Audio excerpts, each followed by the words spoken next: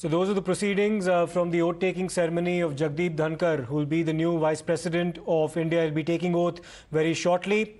Draupadi Murmu, the President of India, has arrived at the Rashtrapati Bhavan, where these proceedings are currently underway. संविधान के अनुच्छेद 324 द्वारा भारत के उपराष्ट्रपति के पद के निर्वाचन का अधीक्षण, निर्देशन और नियंत्रण भारत निर्वाचन आयोग में निहित है और यतः श्री एम वेंकैया नायडू की पदावधि का अवसान वर्ष 2022 के अगस्त मास के 10वें दिन तदनुसार शक संवत के वर्ष 1944 के श्रावण मास के 19वें दिन होने के लिए नियत है और यतः भारत के उपराष्ट्रपति के पद को भरने के लिए संविधान तथा राष्ट्रपतीय और उपराष्ट्रपतीय निर्वाचन अधिनियम 1952 के उपबंधों और तदधीन बनाए गए नियमों और आदेशों के अनुसार निर्वाचन करा लिया गया है तथा परिणाम घोषित कर दिया गया है।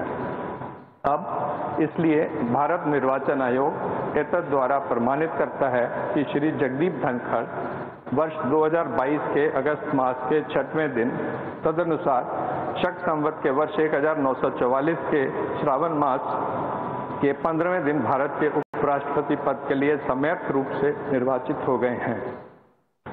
भारत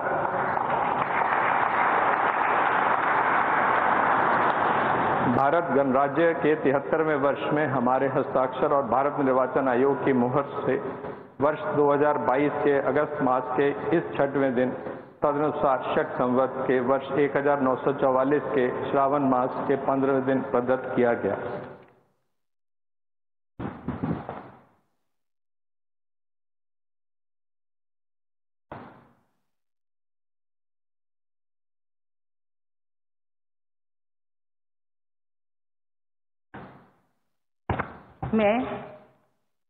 मैं Jagdeep Dhankhar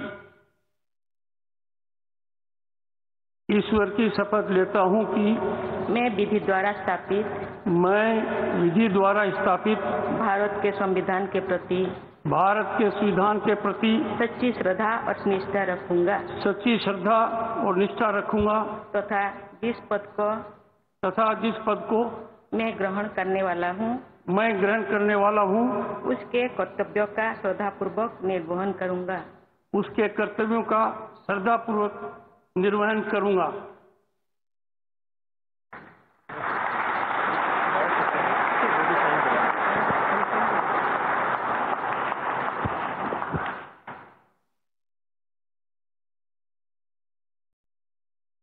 So Jagdeep Dhankar has taken over now as the 14th Vice President of India.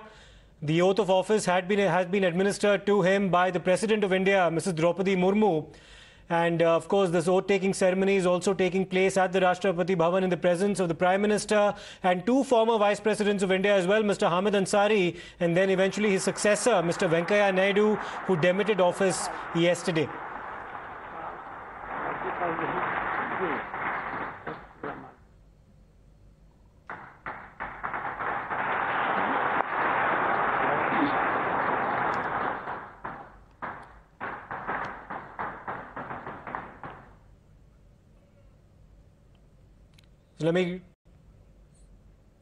So that was Mr. Jagdeep Dhankar taking his oath as India's next Vice President. And that concludes now the oath-taking ceremony that was just held at the Rashtrapati Bhavan.